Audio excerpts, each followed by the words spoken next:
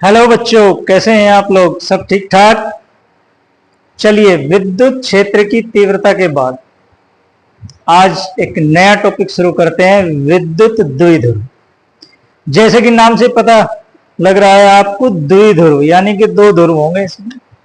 इसमें दो ध्रुव होंगे। किस प्रकार से होंगे दो ध्रुव, चलिए देखते हैं। जब ऐसा हो जाए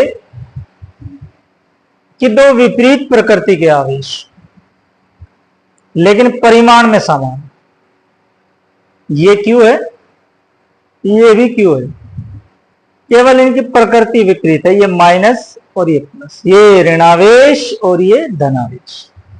अगर इस प्रकार के दो आवेश एक दूसरे से सूक्ष्म दूरी पर रखे हों तो इस निकाय को विद्युत द्विध्रुव कहा जाता है। इस निकाय को विद्युत द्विध्रुव कहा जाता है। फॉर एग्जाम्पल, जैसे NaCl में Na पॉजिटिव और Cl नेगेटिव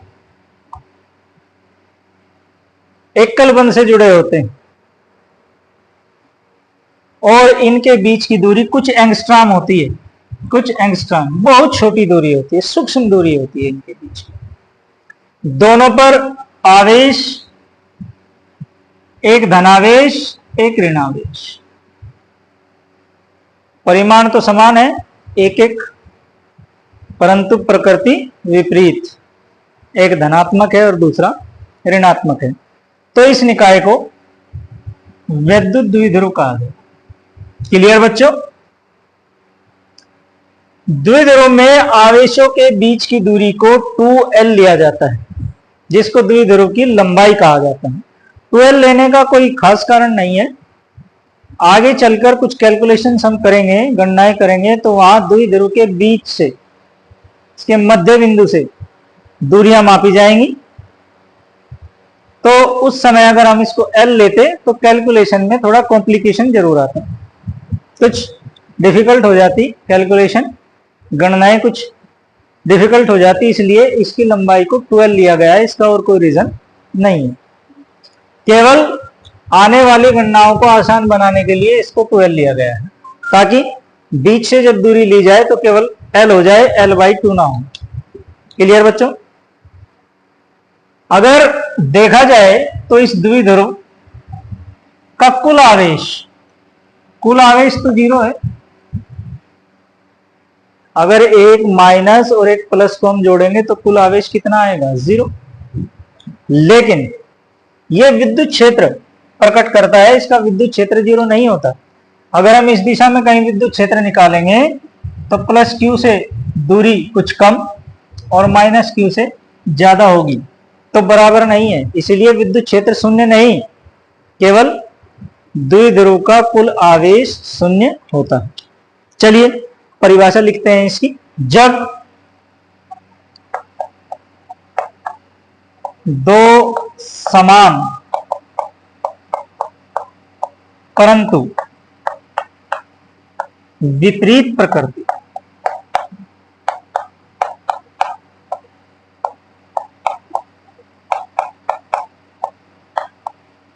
के दो आवेश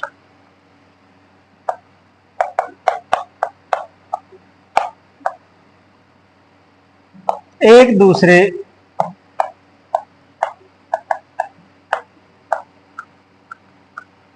से सूक्ष्म दूरी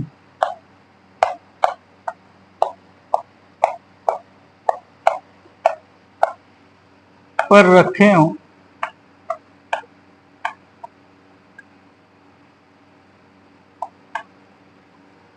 तो यह निकाय विद्युत द्विध्रुव कहलाता है।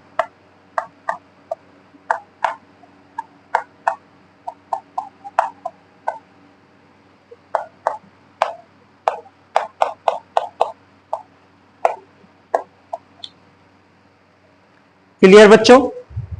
जब दो समान लेकिन विपरीत प्रकृति के आवेश एक दूसरे से सूक्ष्म दूरी पर रखे होंगे तो इस निकाय को विद्युत द्विध्रुव कहा जाता है।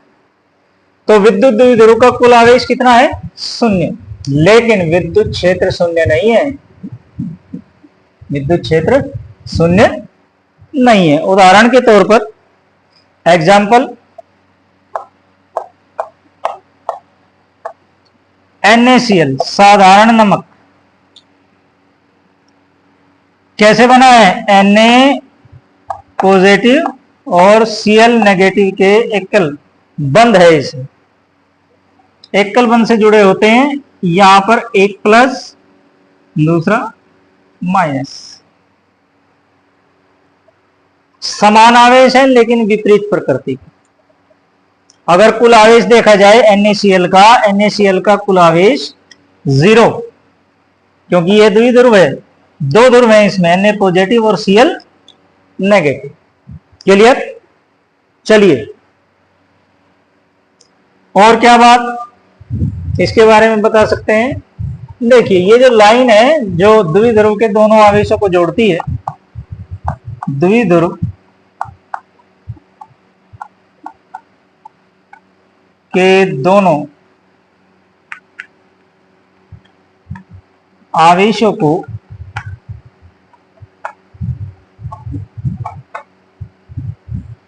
मिलाने वाली रेखा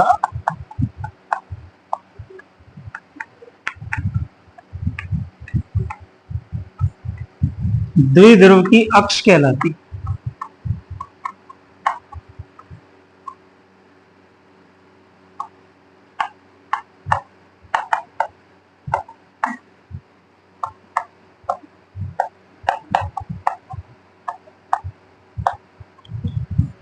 कौन सी है द्विध्रुव की अक्ष? ये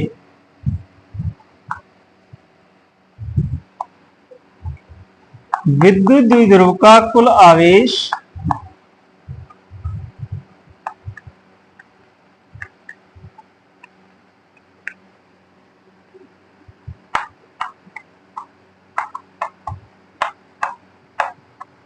शून्य होता है।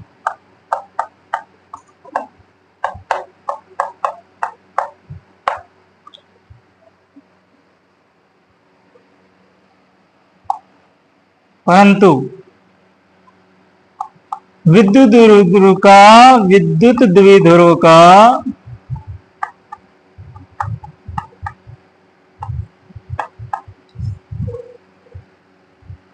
विद्युत क्षेत्र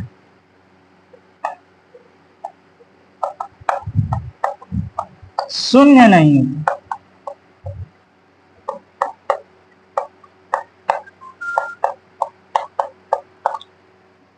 विद्युत क्षेत्र अवश्य होता है, उसका रीजन मैंने आपको बताया, इसका कारण बता दिया है। क्लियर बच्चों? बात समझ में आई? आप चाहें तो इसे नोट कर सकते हैं, नोट कर लीजिए इसको।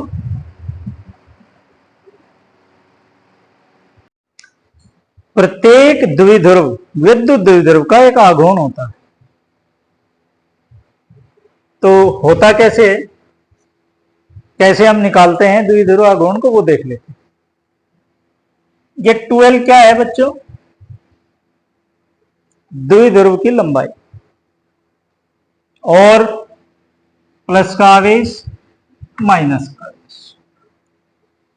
इनमें से कोई भी आवेश प्लस या माइनस, किसी भी एक आवेश का परिमाण, केवल परिमाण, उसकी प्रकृति से मतलब नहीं है, और उनके बीच की दूरी 2L, इन दोनों का गुणनफल किसी द्विध्रुव का आघूर्ण कहलाता है। मीन्स किसी विद्युत द्विध्रुव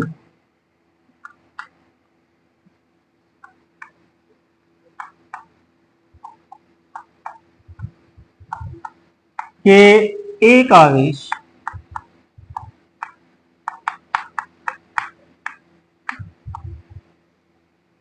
तथा द्विध्रुव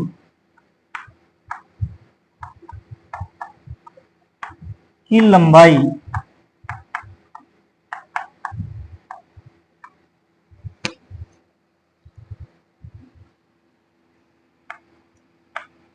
के गुणनफल को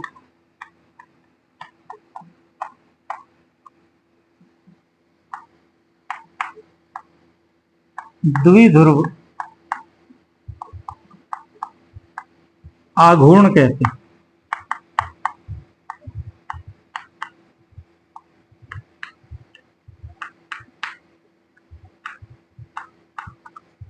इसे स्मॉल p से प्रकट करते हैं।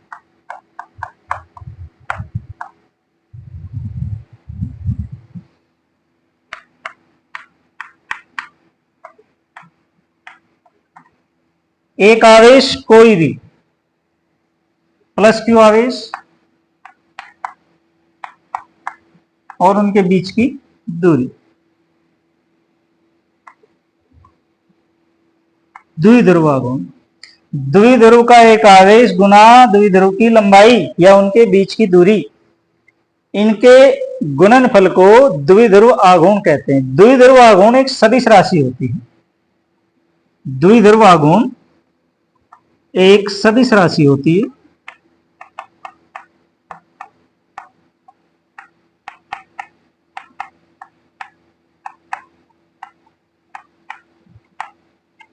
जिसकी दिशा सदैव प्लस से माइनस के आवेश की तरफ, प्लस से माइनस के माइनस से प्लस के आवेश की तरफ होती है।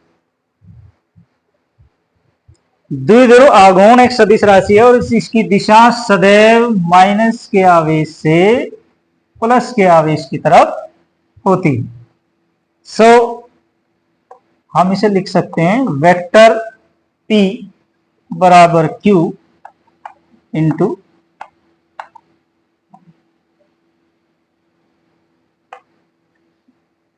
इस प्रकार से। मात्रक क्या हुआ इसका? आवेश का मात्रक क्या होता है? कूलाम। और दूरी का किलोमीटर, अरे मीटर भैया, कूलाम मीटर। बात समझ आई? द्विध्रुव आघूर्ण सदिश राशि है और इसकी दिशा माइनस के आवेश से प्लस के आवेश की तरफ होती है। क्लियर? इसे नोट कर लें, आप नोट कर लीजिए। विद्युत द्विध्रुव का कुल आवेश 0 होता है, लेकिन विद्युत क्षेत्र 0 नहीं होता। तो चलिए निकालते हैं द्विध्रुव के कारण विद्युत क्षेत्र की तीव्रता। अक्षीय स्थिति में निकालते हैं। अक्षीय स्थिति मतलब इसकी जो अक्ष है उसको मिलाने वाली रेखा के इधर या इधर कहीं भी अक्षीय स्थिति कहलाती है। अक्ष के अनुदिश किसी भी बिंदु पर विद्युत क्षेत्र की तीव्रता अगर निकालते हैं तो उसे कहा जाता है अक्षीय स्थिति। मान लो द्विध्रुव से स्मॉल r दूरी पर यहां कोई बिंदु P है। कितनी दूरी पर? द्विध्रुव के बीच से सारी दूरियां ली जाएंगी। r दूरी पर यहां कोई बिंदु P है जिस पर द्विध्रुव के कारण विद्युत क्षेत्र की तीव्रता ज्ञात करनी। बीच से क्यों लेते हैं दूरी? क्योंकि द्विध्रुव ये अकेला नहीं है, दोनों को मिला के द्विध्रुव है, तो इसके बीच से हम इसकी दूरी लेते हैं। प्लस आवेश, प्लस का कोई भी आवेश हो उसकी विद्युत बल रेखाएं उससे जाती हुई ऐसे, यानी कि प्लस के आवेश का जो विद्युत क्षेत्र होता है उससे बाहर की तरफ होता है। और माइनस के आवेश के कारण हमेशा अंदर की तरफ, अपनी तरफ आते हुए। तो प्लस क्यू आवेश के कारण यहां विद्युत क्षेत्र की तीव्रता होगी, लेकिन कहां? बाहर की तरफ ऐसे। E1 मान लेते हैं। प्लस क्यू आवेश के कारण P पर तीव्रता की दिशा E1 बाहर की ओर, और माइनस के आवेश के कारण अपनी तरफ, यानी इसके कारण तीव्रता होगी इस, हमने इसको E2 मान लिया। बात समझ आई बच्चों? चलिए कैलकुलेशन करते हैं इसकी।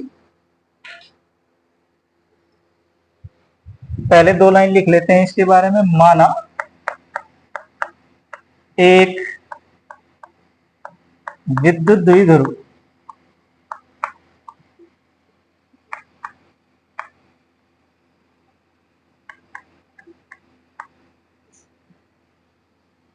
जिसकी लंबाई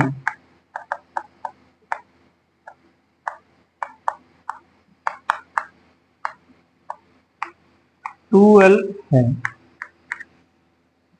इसकी अक्षीय स्थिति में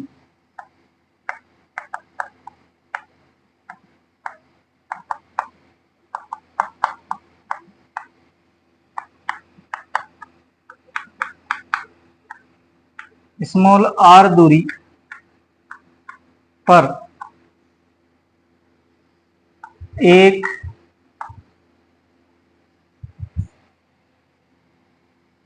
एक बिंदु P है जिस पर विद्युत क्षेत्र की तीव्रता ज्ञात करनी है।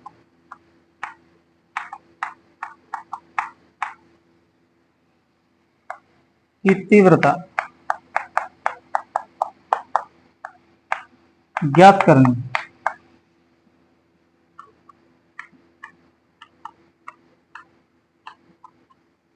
क्लियर बच्चों?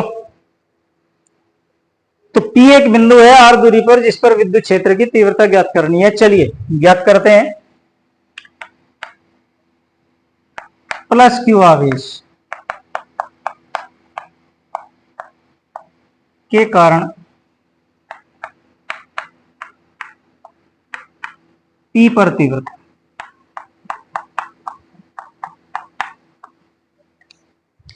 फटाफट विद्युत क्षेत्र की तीव्रता का सूत्र बता दीजिए। अरे बता दो भाई, वेरी बैड, किसी को नहीं पता। E बराबर 1/4 पाई epsilon not into Q upon R। E1 माना है, लेकिन हमने प्लस Q आवेश के कारण तीव्रता को E1 माना है। E1 बराबर 1/4 पाई epsilon not into Q upon, दूरी कितनी लेंगे, दूरी की क्या कहानी है अब ये देख लीजिए। दूरी कितनी लेंगे? प्लस Q आवेश कहां है? यहां, और हमने R दूरी कहां से ली? यहां से। तो ये तो R नहीं है, यहां से यहां तक R से कुछ कम है, R से कुछ कम है। कितनी कम है? ये दूरी, ये दूरी R से कम है। और ये कितनी है? 12 की आधी L। तो R के स्थान पर हम लिखेंगे R minus L, R minus L। बात कुछ समझ आई? और दूरी का होता है स्क्वायर। विद्युत क्षेत्र की तीव्रता में का जो सूत्र है उसमें दूरी का होता है स्क्वायर। क्लियर बच्चों? देख लीजिए, दूरी का स्क्वायर होता है। यह समझ आई? किस तरफ? Q से बाहर की ओर, प्लस Q से बाहर की ओर। दिस इज इक्वेशन नंबर 1, समीकरण। अब माइनस Q के बारे में बात करते हैं। माइनस Q आवेश के कारण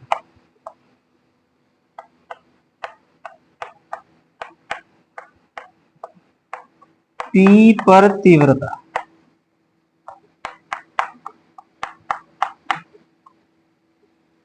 माइनस Q के कारण हमने माना E2, और E2 की दिशा है इधर को। किधर को?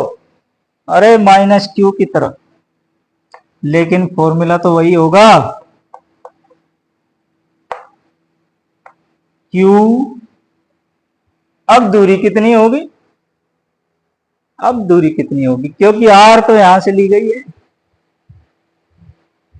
R से आगे कितनी और बची? L। R से आगे कितनी बची? L। माइनस Q तक जब पहुंचेंगे, जब L और इसमें जोड़ देंगे। कितना जोड़ देंगे? L। यहां से यहां तक L है, यहां से यहां तक L है, जब भी तो टोटल 2L है। तो क्या लिखा जाए?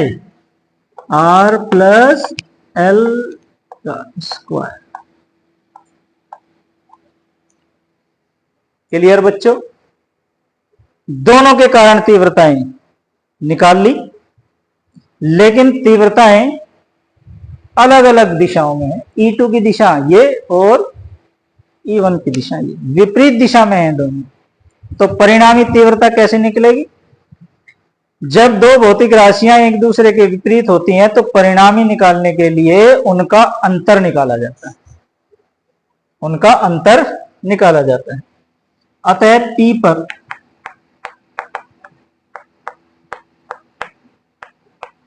परिणामी तीव्रता,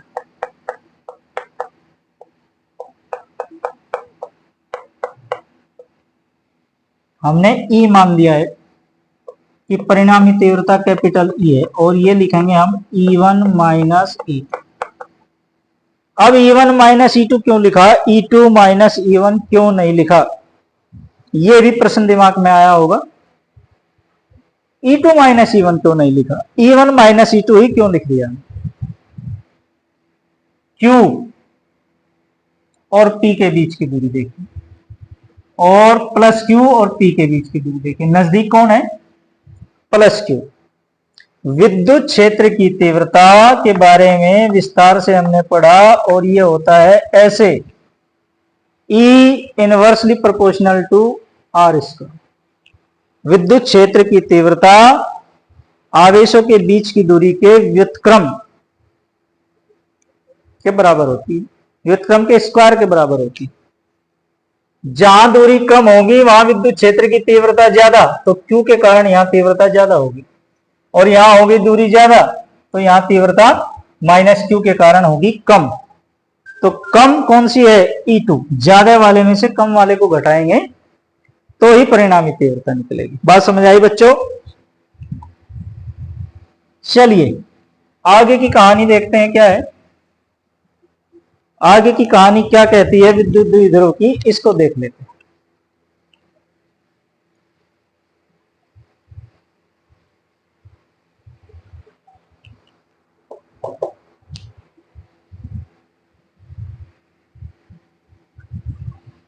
E बराबर E1 और E2 के मान रखें 1/4πε0 इंटू Q/R माइनस L का होल स्क्वायर, और minus 1/4πε0 into Q/R plus L का होल स्क्वायर। बात समझ आई?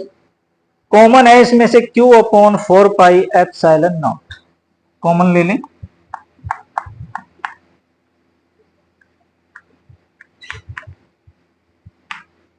क्या बचा आपके पास ब्रैकेट के भीतर? 1/R माइनस L का whole square minus 1/R plus L का होल स्क्वायर। क्लियर बच्चों? एलसीएम लेंगे अब इसका, अब इसका एलसीएम लेंगे। एलसीएम क्या होगा?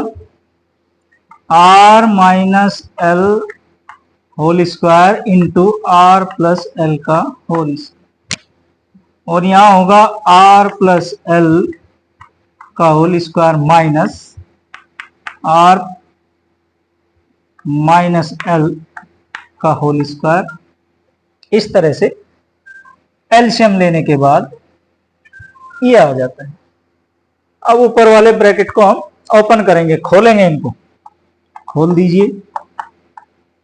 Q/4πε0 तो वही है एज इट इज। ये हुआ R square plus L square plus 2RL। A plus B का होल स्क्वायर खोल दिया है, A प्लस बी का whole square, that is A square plus B square plus 2AB। Clear बच्चों? यहां माइनस साइन है, ये होगा R स्क्वायर, प्लस का होगा तो माइनस आ गया, ये L स्क्वायर, लेकिन ये माइनस का साइन है बाहर तो ये भी कितना होगा? ऐसे। क्लियर? और plus 2RL। Upon R minus L का whole square into R plus L का होल स्क्वायर। ये बात समझ आई है कि क्या हमने, अरे अगर हम यहां ब्रैकेट लगाते ऐसे तो आपकी इक्वेशन क्या आती, आपकी इक्वेशन आती आर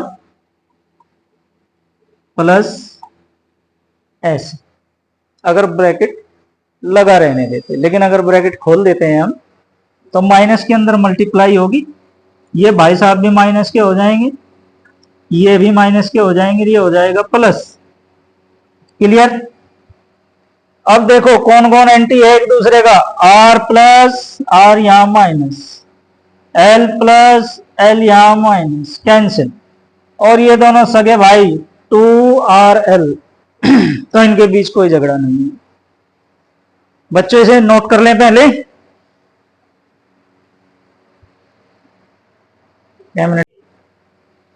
दोनों जुड़वा भाई बच गए। अब यहां लिखते हैं E बराबर Q upon 4 pi epsilon not into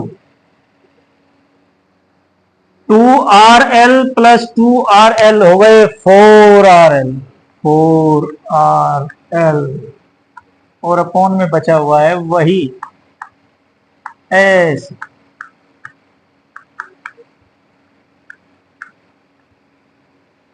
ये क्या है भाई नीचे, इसको जरा पहचान लो, याद करो कहां देखा है। अगर इन पे स्क्वायर ना हो तो दो वर्गों का अंतर है। अगर हम स्क्वायर हटा लें इसका तो दो वर्गों का अंतर है। दो वर्गों का अंतर कैसे पढ़ा था, ए स्क्वायर माइनस बी स्क्वायर बराबर ए माइनस बी और ए प्लस बी। क्लियर बच्चों? अगर हम स्क्वायर हटा लें तो ये और ये मिलके क्या बनता है, ऐसे। लेकिन स्क्वायर तो लगा है, फिर क्या किया जाए, तो फिर इसका मतलब दो स्क्वायर के वर्गों का अंतर है ये, दो स्क्वायर के वर्गों का अंतर है ये, दो स्क्वायर के वर्गों का अंतर है। चलिए लिख लेते हैं इसको।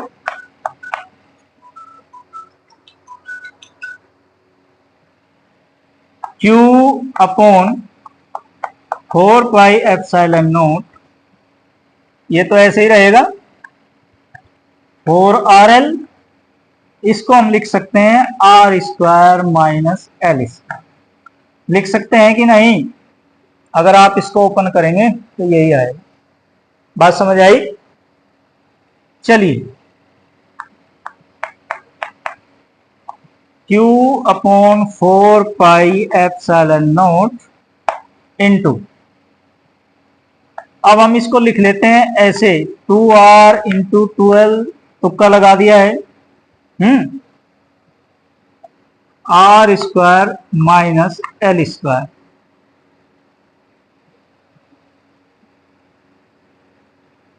का होल स्क्वायर, ऐसे होल स्क्वायर होगा तभी तो ये निकल के आएगा। ठीक है, स्क्वायर लगाना हम भूल गए थे यहां। अब बच्चों देखो ये 12 और Q की क्या कहानी है, अभी थोड़ी देर पहले बताया था हमने इसी वीडियो में आपको। Q और 12 हो जाता है P, moment, electric dipole moment, विद्युत द्विध्रुव आघूर्ण। तो इनकी तो बन गई कहानी, इसकी और इसकी मल्टीप्लाई हो गया P, that is E equals to 1 upon 4 pi epsilon not P into 2R upon R square minus L square का होल स्क्वायर। देखिए ये जो डिस्टेंस है एल स्क्वायर, जब द्विध्रुव हमने आपको पढ़ाया तो हमने बताया कि दो आवेशों के बीच की दूरी सूक्ष्म दूरी, द्विध्रुव में सूक्ष्म दूरी होती है, उसको एंगस्ट्रॉम में मापा जाता है। जैसे NaCl के बॉन्ड के बारे में हमने बताया था, तो सूक्ष्म दूरी है। R की तुलना में एल स्क्वायर को छोड़ा जा सकता है, क्यों? क्योंकि L छोटा है R से। जब L R से छोटा है तो L स्क्वायर तो और भी ज्यादा छोटा हो जाएगा, R स्क्वायर से और भी ज्यादा छोटी संख्या हो जाएगी। तो R स्क्वायर की तुलना में L स्क्वायर को हम छोड़ सकते हैं, छोड़ दीजिए। अतः R स्क्वायर की तुलना में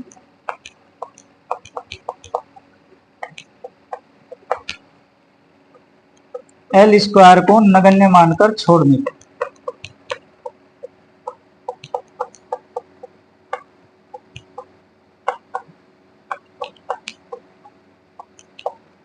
नगण्य मानकर छोड़ दिया। जब इसे छोड़ देंगे तो क्या रह जाएगा बच्चों?